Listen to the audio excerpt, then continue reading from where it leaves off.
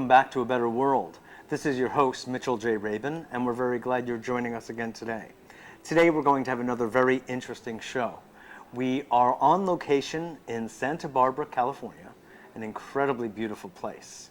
And we are at the Sacred Water Symposium. And this is a group that has convened to discuss very pressing issues relating to water globally, both the economics, the politics, the spirituality of water, the nourishment, the health aspects of water. And among the people speaking, one of the speakers is a lovely gentleman named Bill Cox, who has been a Dowser for the past 35 years. Prior to that, he was a writer, and he continued to be a writer on the subject of dowsing and water and related subjects. So we're very glad to have Bill with us today, and he's going to be speaking with us about some important pieces of the puzzle that we all could learn to know more about. So, Bill, thanks so much for being on the show with us. It's a pleasure. Really Thank you. A pleasure to Wonderful. have you. Good. First of all, there is this idea that of primary water, and most people have some idea of what water is, although probably not closely examined. Then there's this idea also that you spoke about the other day of primary water. Perhaps you could just enlighten our audience about what is its nature, and then after that, how do you find it? Very good. Well, primary water is new water created above the magma as superheated steam with a geochemical effects going on. And this steam is pressurized with the addition of carbon and other minerals, and it's pushed up pressured rock, and eventually it finds its way near to or at the surface of the earth. At Yellowstone National Park, we see geysers, for example, or it comes up in volcanic action sometimes. And this is water, what we call carbon dioxide, and they hydrogen and oxygen, H2O, and you have water. And that's what we are dealing with in the hydrosphere on the earth today. So essentially then it's water in a vaporized state that's not on the surface but emanating from center or closer to the center of the earth. It's coming from within to without. That's the point. Oh. Stop. Could you stop? Okay, so let me just make sure I understand this. Basically, you're talking about a vapor, water in a vaporous state, coming within Earth, issuing outward, as opposed to our ordinary idea of, say, surface water. Yes, Is that's that the true. basic idea, that then it then condenses, and you have liquid water? Yes, that's true. It doesn't come from the center of the earth. It comes from the magma, which is more or less 2-3 miles down below the surface of the earth. Okay. And it finds its way up through interstices in the rock, and sometimes they're called That's vents. one of my favorite words. Yeah, it's a $50 word. You know. It is. It's good. And my job is to find it near enough to the earth where you can economically afford to drill to bring it up for use at the surface. I see. So now you brought this wonderful chart. Mm-hmm. Would this help yes, it's just us understand? A general view. This is all rock and magma down here, and this is rock, and these are like vents or pipes that allow the water to find its way up to the surface. Naturally occurring fractures of rock. Yes, it's fractures in rock. Vents. Are the pipes. Mm-hmm, pipes. In effect. And sometimes it only goes up so far and stops, but it's superheated steam down here, and as it comes up, it cools and condenses. And sometimes it's kept off at the top by the chemicals that this heat picks up. From the rock? From the rock, yes. And the idea, it's very hard sometimes to drill down and get right into one of those caps because it may be very small. Oh. So what we try to do is find an area where there are fractures where it's moving out laterally, some like these veins here. And then you've got a chance to find maybe at 2 or 3 levels where the water can be captured at more than one depth. Oh, the same vein. Yes. Or the same. And we're talking about depths within 2,000 or 3,000 feet. But my job is really to find it within 200 to maybe 1,000 feet, and an average of about 400 or 500 feet, maybe 600 feet, in quantity sufficient for agricultural use. Right. Now, how is it then that if it's vapor here and it's going against gravity, Yes, that's a very good question. what pulls it up? Well, the very nature God. of water itself. God, yeah, there you go. The very nature of water is that it wants to ascend, even when it comes to the Earth's surface. We call it evaporation, and it goes up, and as it gathers, it condenses into clouds. And when the clouds get too heavy and the right mixture of the elements and heat and the cold, why, it rains back down on us. And this is called meteoric or weathered waters. And that's wonderful. And science that they learn in college in hydrology basically says that all water comes from rainfall or recycled rainfall, percolating into the underground and so on. And primary water, and this is a hard thing to sell because they say that even down in the magma, the water is percolating all the way down, made into steam and recycled back up. But it's chemistry that's going in down there. The high school teachers know about primary water. But you won't find it in textbooks too easy. They might call it primordial, or they have other names for it. Or, juvenile waters or virgin waters, never seen the light of day. They'll have different terms for it. But it sounds like that's not what you think they mean. If it's because it sounds like it's recycled from rain. That's what they're recycled all the time. So what is virgin? Well, that's when actually they don't call it virgin very often by mistake or by. Or just by. They're juvenile waters, new waters, recycled. But virgin water is new, you know. And so it's your understanding that this actually is newborn water coming from the magma level. How do you understand? It's anti-gravitational. Well, it's made there, and then a steam, like you turn on the tea kettle. First the water is cold, and as you heat it up, then finally the steam goes in the air. Sure. And then what happens to the steam? There's really an argument for the ether, you know, when you think of when it becomes invisible. Yeah. But what I mean is, at the beginning, where does it come? It comes, I mean, there is magma. In the beginning, there was magma. You know? It's something like that. Magma, it's what we call geochemistry.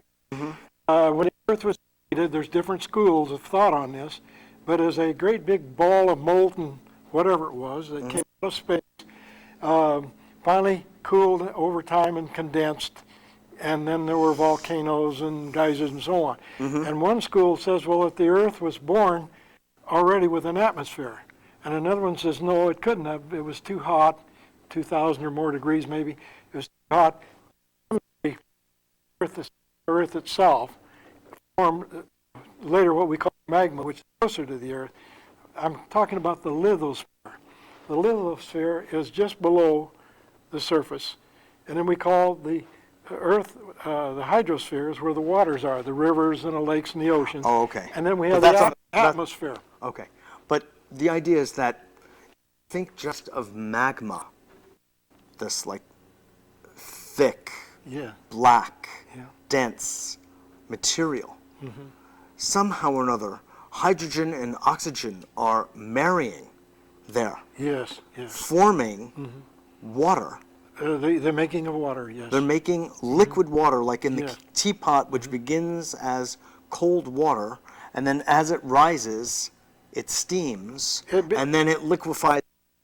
Well, it starts as steam, superheated steam. Starts as steam, okay. Which condenses and cools later on as it comes up. Liquid. Into hot water, and then it goes further up, it cools, and it can arrive at the surface as cold water. Now, what volume of water is being created this way, Bill? This is hard to tell. They're producing 1,000, 2,000, 5,000 gallons a minute. That's a lot of water, enough for a whole city. Coming new water, and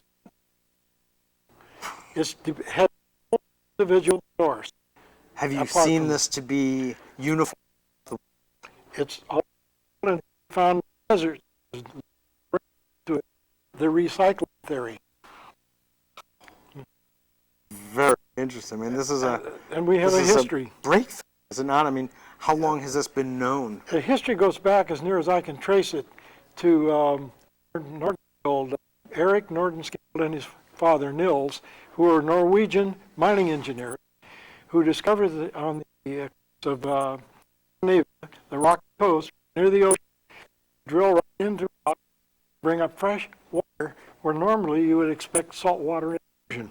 It wasn't, or at times there might have been, but they were doing these. So Eric wrote a paper on this. In what year? Around the turn of the century, coming into the 20th century, and he was nominated for a Nobel Prize for his work on that. And, I don't think it was ever awarded, but he would receive that recommendation for it. Wow. And so what has become of this knowledge? Well, it was sort of carried forward by people like myself who believed in it. We were connected with it. To my knowledge, there are very who use the same used to locate it. Sure, there are others who are experiencing it in their own way, their science, working with it, and they call it other names, nature's own internal sources or whatever. I see. But it's the same thing. Wow. It's interesting. You know, you're reminding me of the Chinese pictogram or ideogram. Yes. Their word for life force, which Yes. is the image actually shows is the steam or vapor coming off of millet. Now, I don't know if there's any relationship between this steam coming out of the earth in this particular way and the steam that the Chinese are referring to as the very life force of life itself. But for some reason, it wouldn't surprise me if the Chinese many thousands of years ago were onto something like that. Did, because after doing this work for 20 years, I found out about feng shui. And I was handed a wonderful manuscript which had been translated from Chinese in exchange for data. And I found this is marvelous. They were doing what I'm doing in their own way hundreds of centuries ago. And it was confirmation that I was on the right track. Wow. And so qi, from this point of view, is that the primordial source is what they call wu, W-U, wu qi, Right. which comes out and then it becomes tai chi. Or no, pardon me, it divides into yin and yang. Well, but that's the Tai Chi. Yeah, and You're then- right. And yeah, this tai chi, it divides into yin It's and the yang. polarity of the one, of The the Wu Chi. opposites. Right. Because we live in a world of duality or opposites. And then, so then out of this yin and yang force is specialized qi. Well, qi is the life force. You can call it the Tao. I think the Tao is what it really is. So I began to understand what the Tao was in yin and yang. So I find a lot of yin and yang in all of it. Naturally. And this is Pardon me, but- yang Right. down above the magma. But by the time it gets near the surface, it becomes It's more yin. yin. And water is marvelous because it can be very masculine and aggressive and stormy sea, or it can be a placid lake and very calm. Exactly. It can be anything it wants to be, and it does. Right, exactly. It's both the male and the female, the yin Yes, and the yang. by active all and the means. passive. whatever. Exactly. Very interesting. So there are implications to all this, of course. Yes. I mean, for our world that is virtually starved for water as time goes on, and some of the issues that we're dealing with here at this conference is in some measure the scarcity of water. Yes. So if you're saying that basically it's on every continent and even in every desert, then water really need not be a problem that it looks like it is now. Well, I don't want to digress, but I want to make a short statement. Sure. That if you take yin at the left end of a spectrum or a long rod, say, and yang at the right end, when a thing is too yin, nature doesn't like that. It likes somewhere near the middle, Oh, sure. a balance. It doesn't. A 50-50 is a standoff, so it needs to be a little more yin or a little more yang. Now, if a thing is too yin, nature's going to step in and flip that thing over, and it becomes its opposite. Sure. And it suddenly becomes violent, becomes active and yang. Or if it's too yang, it can suddenly flip over, and the real aggressiveness slows down and it becomes passive. And we've got atrophy. So that it'll work its way back to the middle. This explains why we have that don't last forever, or earthquakes. They would never stop. So when the flood has done its damage or the earthquake, why, nature steps in and says, hey, we need a little quiet yin. I had a Northridge a few years back. And Northridge is a rather quiet place, little earthquakes for, say, 50 years or so. And all of a sudden, it was too yin, too passive. And they had this violent earthquake, and like the ones we're seeing in the paper in Japan and so on, where a place is too yin, nature's stepping in and say, hey, we're going to get this into balance. What does that then have to do with accessing primary water? Well, it's the same thing. The primary water down above is superheated steam and it's roiling and boiling. Oh, yes. You see, it climbs, becoming yin. At the surface, then it spreads out, and in the nature, the surface environment has yin and yang going on. Okay. Sunshine, moonshine, or you know what I mean? The Right. By the time we get our hands on it, it's already become passive. Well, some like at Yellowstone Park, the Old Faithful, that's coming up all the way. But it goes into steam into the air, Yes. and that becomes yin. Right. And so I've never And then thought it's that condensable. yeah, they may not have windstorms up there. So- that would be kind of contrary to Right. the yin and yang. Right. So Bill, how Well- do you use dowsing as a means of finding either primary water or water in general? All right, I would like to say this, that what we call weathered meteoric water, which comes from the atmosphere like snow melt and flood runoff and percolating into the underground, it behaves differently underground than primary water. Okay. And as a dowser, through my intuition, I've learned to feel the difference. I know it sounds boastful or thing, but it was nature teaching me. And so you learn by your mistakes and your successes. Sure. And I'm there to see the moment of truth when they do the drilling, whether I'm right or not. Yes, right. And Always so, an exciting moment, I imagine. so nature says, no, wait, you've been missing something here. Right. So it taught me how to feel when there's this upthrust. My instrument would just literally go up into the air. I thought, well, what's going on here? And then eventually, I was nature, hey, you fool, this is this is coming up and close to the surface. And so the idea then was find it close enough so we could drill down and get into it, because it's and geologists, hydrologists, well drillers, they don't like to drill in solid rock. Say all the way to China, you're not going to get anything. But we have Unless you know, look. if you get on the right location, you can drill through consolidated rock several hundred feet, and you get into the fractures, and it's the fractures that are the outlets that come into it, all in the water. Actually, it becomes artesian many times, or free flowing. So you get proof. You know, it's not imaginative. Now, do you use tools? I mean, some people use pendulums and divining rods and what have you. Aha. Well, it's just have to have one.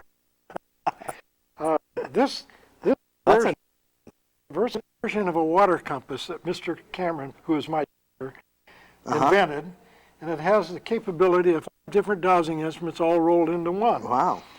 Works as a directional device this way.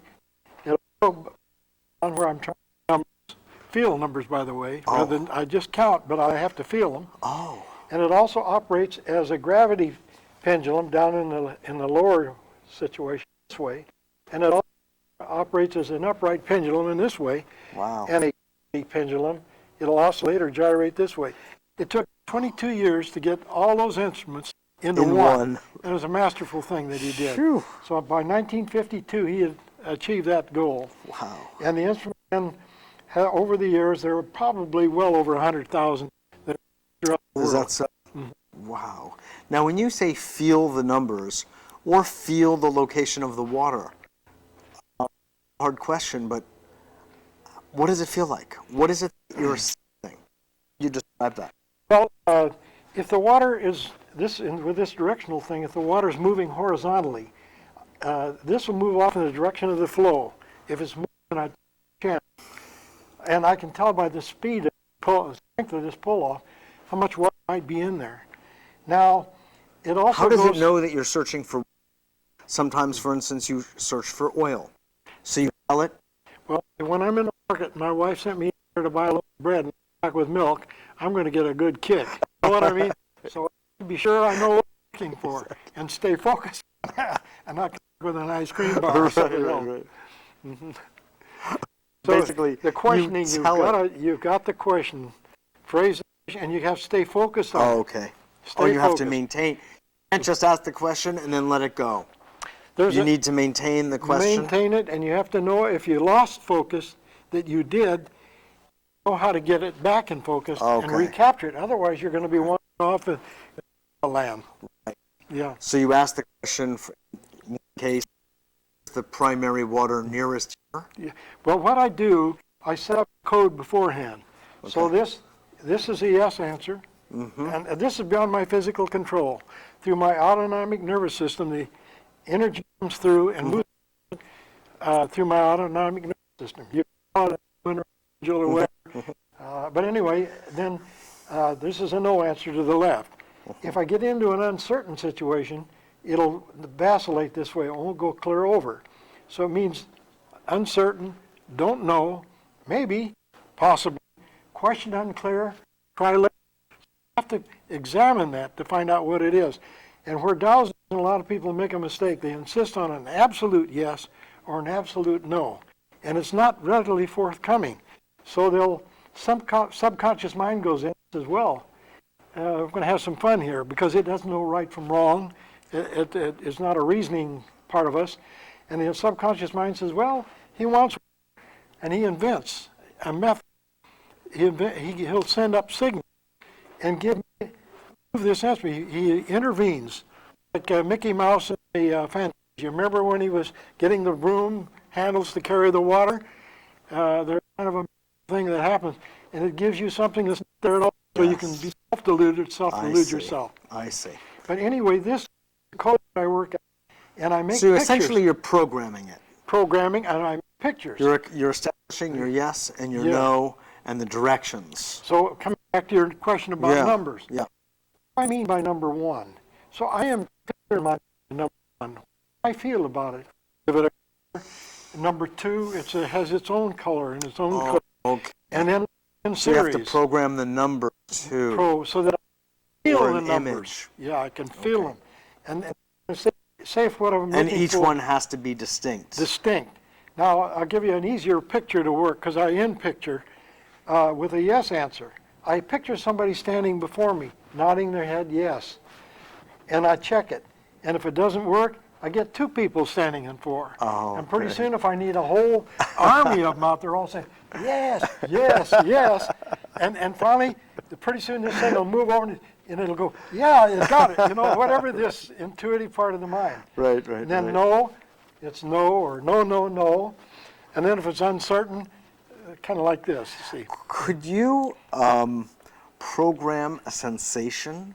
So, I mean, it could be that, let's say you attribute yellow to number 3. Yes. But you've got 20 numbers. I mean, and what if you go back and it's like yellow comes up and you forget that it was 3 and you're thinking that it's 7? I mean, there's like, while it's a sound program, it seems like there's also a large margin for error. I was wondering if you could just program it to give you like a certain sensation, a glowing feeling or a sense of warmth in one wrist or something like that. But we're working basically with, other than 0, 9 numbers. Oh, okay. So say Okay. the first number could just be black, I see. the not color, that's what they call it. And then the other could be white, the all color. And then I see. And the next one could be 3 yellow, 4, or it could be 3 red, 4 yellow, green, and then yellow, and then orange and blue through the spectrum of whatever. Okay, I'm right. getting them Okay, out so of there's a order. way of doing it Yeah. in a way that... And they vibrate different. Yeah, You can feel okay. one's vibrating more, and you get this picture.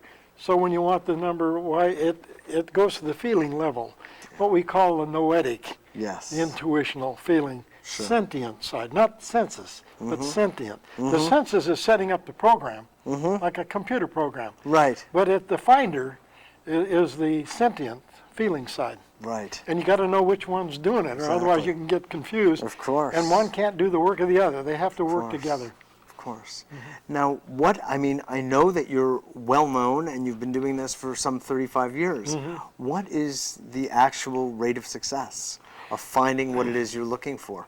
This is a question that always comes up. It's the questions and my success depend on, I'll qualify it this way. In finding water, underground water, I'm better in about, say, 95, 96%. Dry holes would be less than 5%, where I didn't get anything. Oh, But if my client needs 50 gallons a minute, and I think there's 50 gallons a minute down there and we get 40, it's not a failure. no. That means I got more work to do. Right. Or you know what I mean? Yes, So then yes. it becomes variable. So Yeah. I run about 65, 75%, sometimes a little higher depending on what's going on, and that getting the volume of water he needs with one hole within the scope of his economical ability to, Sure, to sure, pay for. sure. And then in another one where I get the one where I get less water than he needs, and we may have to drill another well or do. There's a lot of important, what happens after you drill the well is the completion of the well. So I'm dependent on the well driller a lot too for success. Sure. Because if he doesn't drill a hole perfectly straight down, I've got this formation, pattern formation down there. I'm not laying it off on the well driller, but I need good, competent well drilling. Sure. Otherwise, To the follow ratio, what you see. the ratio goes down. Exactly. But I work with very good well drillers who understand the process that I work, and they level up the rig very nicely, and they put weight on the collar so that they're more likely to go straight down within a degree or maybe Sure, 2 sure, degrees. sure. So it's very Wow. important, and even the setup where I stake the site, they don't move the stake because Exactly. I'm patterning above Exactly, ground what's exactly. going on below ground. Exactly. A hydrologist, he's patterning what he sees above ground to try to figure out what to do below ground. Exactly. Well, it's just so interesting what you're doing. It really is. It's wonderful work, and it's very inspiring as well. Thank you. To people who have been in the non-dowsing world, but I've always had a real feel for dowsers anyway. So it's really a pleasure to sit Well, and talk with you and Wonderful to be learn interviewed. more. Good. I'm You're a so good glad. interviewer. Thanks so much for being on with us. My pleasure. This is Mitchell J. Rabin for a Better World. Thanks so much for joining us, and we will look forward to seeing you next week.